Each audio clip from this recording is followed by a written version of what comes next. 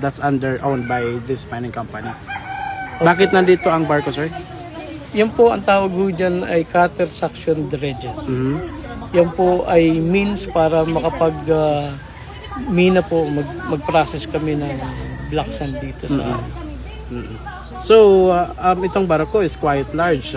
So, papapasokin natin to doon sa minahan natin? Opo. Kailan, sir? Hindi po namin matansya kung kailan dahil may technicalities dun sa pagpasok po. Dahil hindi naman po siya ganun kagaan. May permit tayo dito. Meron po lahat. Sir, paano yan, sir? Apprehensive yung mga families na madadaanan, saka yung iba din, sir, kasi maski hindi nila daw ibenta yung yung lupa nila, kasi sa ilalim naman daw naghuhukay, saka yung lupa parang nagbe-break na din po. Kagaya naman po ng sinabi ko kanina, ang ahensya ng gobyerno, ang MGB, ang namamahala ho sa operation ng mining dito. At sinisigurado ho namin na nagko-comply po kami sa lahat ng permits. May cutting permit, sir, yung lahat ng dinaanan na Meron mga puno. Mga ilan po lahat ng Malaya po kayong magtanong.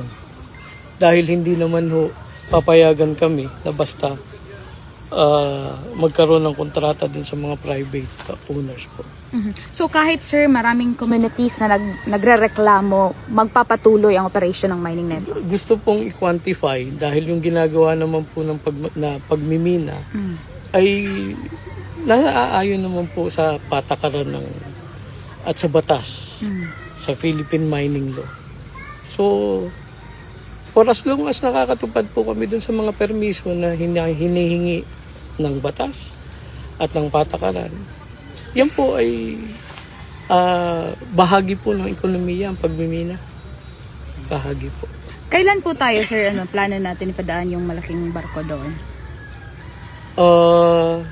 Hindi po namin masabi yung tiyak na araw kasi umuulan at pagkatapos nagkakaroon ng mga technical na problema. Kailan dumating, sir, ang barko? Noong January 2 po. January 2 pa. I-refer na lang po natin siya na dredger. Hindi po siya Dredger. barko. Kung makikita natin sir, may tent doon ng mga residente. So kahit po ba pigilan kayo ng mga residente dyan, hindi kayo magpapapigil sa kanila or kahit sino?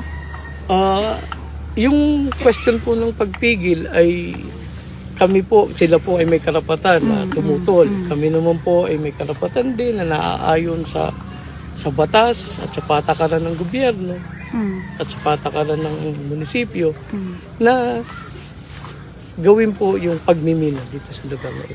Speaking of munisipyo, may go signal yung... Sabi ko nga po sa inyo ay... ano po yung ng alkalde sa inyo, sir? Okay lang sa kanila nga. Nakipag-ugnayan po kami sa kanya tungkol po sa lahat ng ginagawa So may namin. approval po ni Mayor ang mining dito sa MacArthur?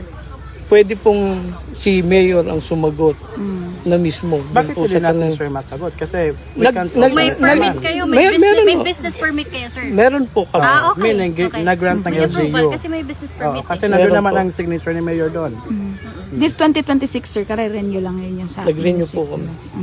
Sir, sa laki ng dredger natin, gaano karami ang makukuha natin na level of black sand pag mapapasok na natin itong dredger? Ang sa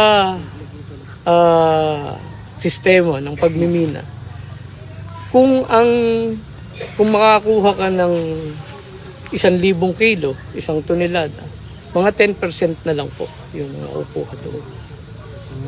Hindi ho lahat. Hindi ho lahat. Naiiwan po yun. Binabalik. Yung Pero lahat pa rin, 90% sir, na. huhukayin. Hinuhukay po yun at bumabalik po yun. Sabi ko nga po, siguro po, maglaan tayo ng isa pang pagkakataon para masagot po yung issue na yan. Sapagkat ang alam ko pong sasagutin kong issue dito ay yung tungkol po sa nangyari kanina. Kung mamarapatin po nila.